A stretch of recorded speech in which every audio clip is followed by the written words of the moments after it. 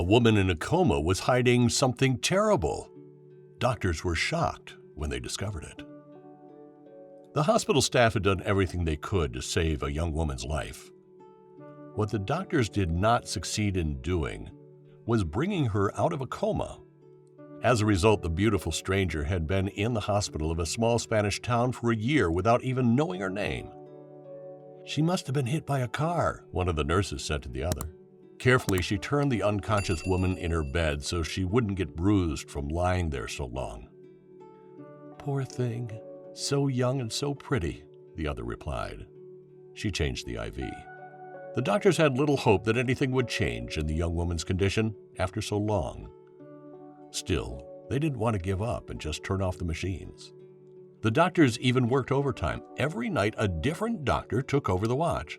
They checked the settings of the medical equipment and the dosage of the drugs administered to the young woman. The girl looked like a sleeping angel. All the health center staff took loving care of her. The clinic even sent photos to all newspapers in the country to find the young woman's family, but no one came forward.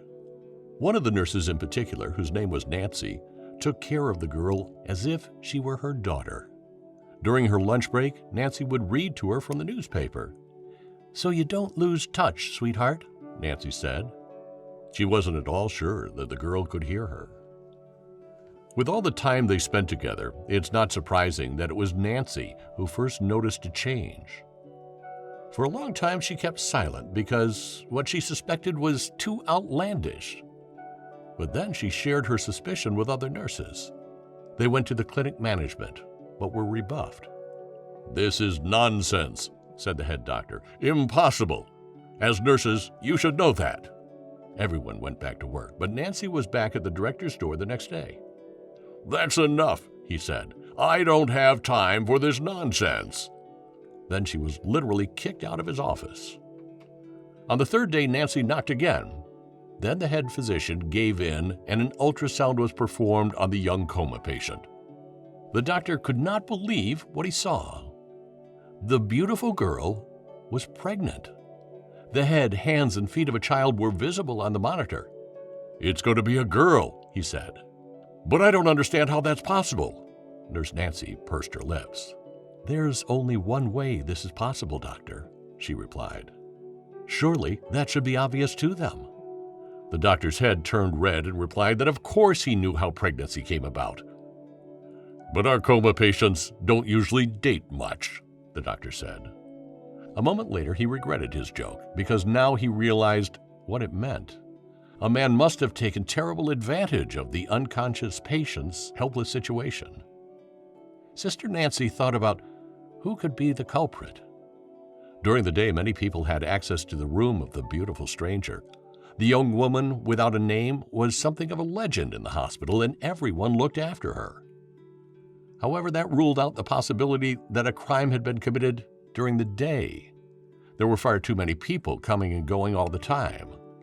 So the crime could only have happened at night, and that was when only the doctors had access to the hospital room. In horror, Nancy realized that one of the doctors had to be the perpetrator, but which one? Nancy again went to the clinic management and demanded an investigation, but the chief physician refused to look into the matter. He feared for the hospital's reputation. When Nancy again refused to give in, he even threatened to fire her. That's when the outrageous nurse decided to report the case to authorities herself.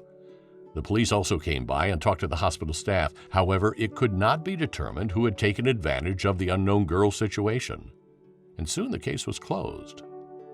By now, the young woman was 8 months pregnant.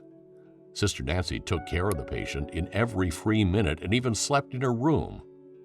Soon the girl, whom she had long considered her daughter, was in labor.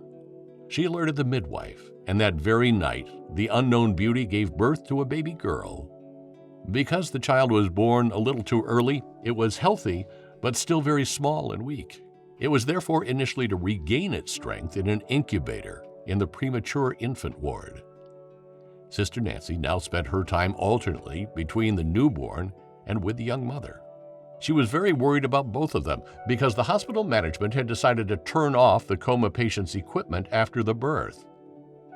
it was agreed that she would not regain consciousness. So the most humane thing would be to let her go in peace and to give the child up for adoption. The entire medical profession had agreed. However, Sister Nancy suspected that something else was at stake. In her opinion, the hospital's management wanted to cover up the whole case. After all, several doctors were still under suspicion. If the mother was dead and the child placed with a new family, who would press charges? That's why Nancy appealed the shutdown and fought for the life of Jane Doe. But neither the doctors nor the authorities were on her side. So the day came when life support would end. Jane Doe would die without the devices, and the child would become an orphan. All Sister Nancy could do now was to give the young mother a moment with her child. Carefully, she took the infant out of the incubator. The girl had developed well in the past few days and could easily spend a few hours outside the unit. Accompanied by other nurses, she carried the child to the room where the young beauty had been in a coma for a year. The doctors were already on the scene and were about to turn off the equipment. The chief physician looked sternly at Nancy as she entered the room with the child. But because so many determined nurses were there, no one dared to say anything. Carefully, Nancy placed the child with his mother. The little hands immediately reached for the beautiful face. That's when Nancy heard one of the devices after another go silent. The doctors had started turning everything off. Only the screen showing the heartbeat was still lit. Quickly, the curves became a flat line. But then there was another spike, and another one, and the next moment there was a regular heartbeat again. The young patient opened her eyes for the first time in a year. Now the whole hospital was in excitement. Everyone was talking about a miracle. Only the doctors were strangely silent. Nurse Nancy had long suspected that several must have been involved in the crime. That was why everyone had so willingly participated in the night duty for the coma patient. Sister Nancy did not let the young woman out of her sight now. Finally conscious, she was able to tell her that she had become a mother. At first, she did not want to believe it. Then she was shocked by what had been done to her. She asked who had done it. Then Sister Nancy told her how hard it was to find out anything. No one wanted to say anything lest the hospital's reputation suffer. The young woman told her that her name was Suzanne. She had no family, so no one had responded to the newspaper call. Only darkly could she remember the incident. "How am I supposed to raise a child? I don't have any money," she said through her tears. For despite the despicable act, she felt great love for her daughter. Sister Nancy tried to reassure her.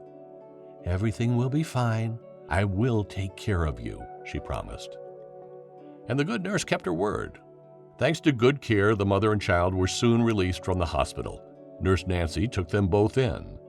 Then they sued the hospital. They wanted to find out who was responsible for the terrible deed. Because the case had long been in all the media as a miracle, the court could not help but order a DNA test. The doctors had to participate. This is how the perpetrator was finally identified. The court sentenced him to pay monthly child support. Susan also received a large compensation sum from the hospital.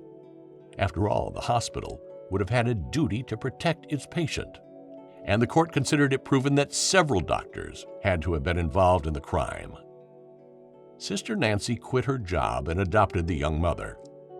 She took mother and child into her beautiful home, and together they raised the little girl. The child's father had to go to prison for many years, but because of the high compensation for the hospital, they had no financial worries and could live a good life. What do you think? Did the young mother come back to life by touching her child at the last moment? Or was it all just an incredible coincidence?